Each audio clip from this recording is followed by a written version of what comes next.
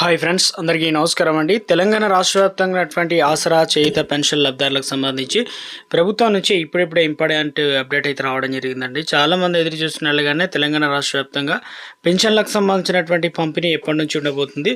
So అదేవిధంగా తెలంగాణ రాష్ట్రంలో పెన్షన్ల ప్రక్రియ అనేది స్టార్ట్ కావడం జరిగిందనమాట.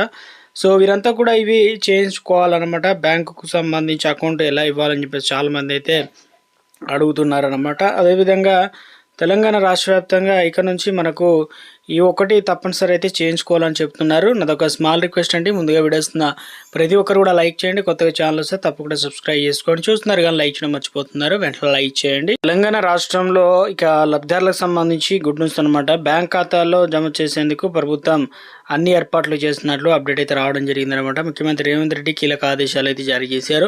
సో ఇటీవల కాలంలో పోస్ట్ ఆఫీసులో అయితే ఇవ్వడం జరుగుతుంది కదా, అలా కాకుండా నేరుగా లబ్ధిదారుల అకౌంట్లో డబ్బులు అనేది జమ చేసేటట్లు అధికారులకు ఆదేశాలు అయితే జారీ చేశారనమాట. ఇందుకు సంబంధించి అఫీషియల్గా అప్డేట్ అయితే ఇచ్చారు. సో ఇక ఇందుకు సంబంధించి మీరు అవసరమైతే తప్పనిసరిగా మీరు బ్యాంక్ అకౌంట్ లేకపోతే బ్యాంక్ అకౌంట్ కొత్తది తీసుకోవాల్సి అయితే ఉంటుంది అనమాట.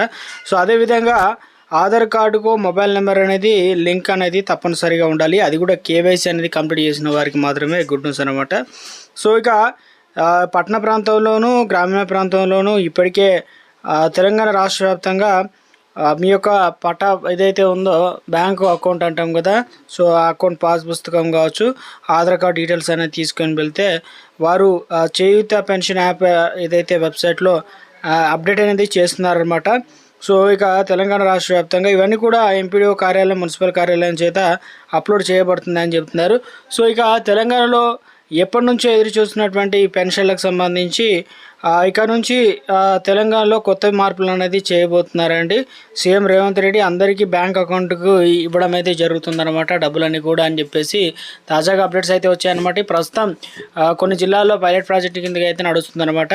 సో ఇప్పటికే తెలంగాణ రాష్ట్ర వ్యాప్తంగా తెలంగాణ రాష్ట్రంలో ముఖ్యంగా ఆసరా చేయుత పెన్షన్ లబ్ధిదారులకు సంబంధించి ఈరోజు కరీంనగర్, ఖమ్మం, కొమరం, ఆసిఫాబాద్, మెదక్, నగర్, కర్నూలు, నల్గొండ జిల్లాలకు అయితే అందించడం అయితే జరుగుతుందన్నమాట పెన్షన్లకు సంబంధించి. అదేవిధంగా తెలంగాణ రాష్ట్ర వ్యాప్తంగా ఇప్పటికే పెన్షన్లకు సంబంధించి సమయం ఆసన్నం కావడం జరిగింది. ఈ నెల 29 అయితే తారీఖు అయితే వచ్చేసిందనమాట. సో అందుకని చెప్పేసి తెలంగాణ రాష్ట్ర వ్యాప్తంగా ప్రభుత్వం నుంచి చాలా జిల్లాలో అయితే ఇప్పటికే కొన్ని జిల్లాలకి ఇచ్చారంటున్నారు, కొన్ని జిల్లాలకు ఇవ్వలేదు అంటున్నారు. ఈరోజు అప్డేట్ అవుతాయి అన్నమాట. ఇక పోస్ట్ ఆఫీస్ ద్వారా తీసుకునే వరకు ఆల్రెడీ ఈరోజు డబ్బులు తీసుకొచ్చి మనకు రేపు అయితే అందిస్తారు. కొన్ని జిల్లాలకు అయితే ముందుగానే అందిస్తున్నారని చెప్తున్నారు. సో రాష్ట్ర వ్యాప్తంగా పింఛన్ల పంపిణీ అనేది స్టార్ట్ అయినట్టు కూడా చెప్తున్నారనమాట. సో వెరిఫికేషన్ కూడా తెలంగాణ రాష్ట్ర వ్యాప్తంగా నడుస్తుందని చెప్తున్నారు. సో రాష్ట్ర వ్యాప్తంగా కూడా, ఎందుకంటే ప్రభుత్వం నుంచి ఎవరు అర్హులు ఏంటి అనే దానిపైన కూడా, సో దీంట్లో అనర్హులను తేల్చి ఇక కొత్త వారికి అవకాశం కల్పించడానికి ప్రభుత్వం అన్ని ఏర్పాట్లు అయితే చేసింది. 360 డిగ్రీల కోణంలో సర్వే కూడా జరుగుతుంది, వెరిఫికేషన్ అయితే నడుస్తుంది అనమాట. పంచాయతీ సెక్రటరీకి అయితే తగిన డాక్యుమెంట్లు అయితే ఇవ్వాల్సి అయితే ఉంటుందని చెప్పేసి అప్డేట్స్ అయితే అందుతున్నాయి అనమాట. సో మొత్తం మీద తెలంగాణ రాష్ట్ర వ్యాప్తంగా పింఛన్ల ప్రక్రియకు సంబంధించి వేగవంతం చేశారు.